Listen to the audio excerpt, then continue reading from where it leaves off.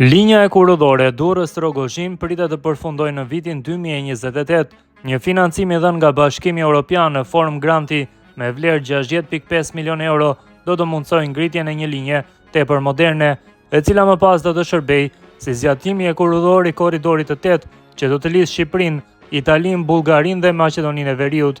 Investimi i përgjithshëm ka vlerën e 120 milion eurove dhe përveç grantit të BE-s, pjesë e financimit me kredi janë edhe BRG dhe Banka Europiane e Investimeve.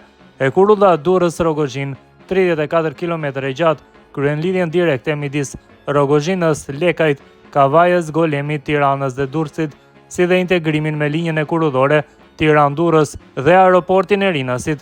Po ashtu kryhet ndërlidhja me projektin Vor-Hani-Otit, që është në fazë batimi dhe segmentit që lidh Rogozhinën me Pogradecin, duke përfshirë edhe pjesën që lidhet me Maqedoninë e Veriut dhe më pas me Bullgarinë.